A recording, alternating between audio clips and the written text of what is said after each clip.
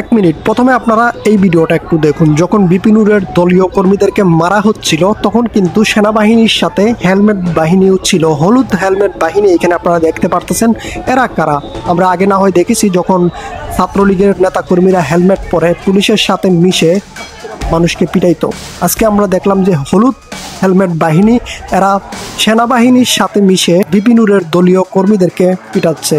এরা যে কারা এটা তো আপনারা নিশ্চয়ই বুঝে গেছেন। 16-17 বছর বিপিনুর জায়গায় জায়গায় মাইর খাইছে শেখ হাসিনার আমলে, এখনো তাকে জায়গায় জায়গায় মাইর খাইতে হইতেছে। প্রথমত আমাদের দেশে যখন শেখ হাসিনা আমাদের দেশ থেকে পালিয়ে গেছে, ডক্টর ইউনূসকে ক্ষমতা দেওয়া হয়েছে, এরপর থেকে আমাদের দেশের যে রাজনৈতিক দলগুলো আছে, হাসি দিলেই আন্দোলন, কাশি দিলেই সমাবেশ, এই আন্দোলন সমাবেশেই এই পর্যন্ত 1-1.5 বছর হয়ে গেছে দেশ আন্দোলন আর সমাবেশ দিয়েই চলতেছে। উন্নতির কোনো ছিটাফোঁটাও এখনো দেশে লাগে নাই। এত কিছুর পর বলতে ইচ্ছা করে আগেই ভালো ছিলাম, যখন শেখ হাসিনা ছিল তখনই ভালো ছিলাম। কারণ শেখ হাসিনা যাওয়ার পর বাংলাদেশের কোনো উন্নতি হয়েছে কিনা আমি তা জানি না, তবে ক্ষতি অনেক হয়েছে।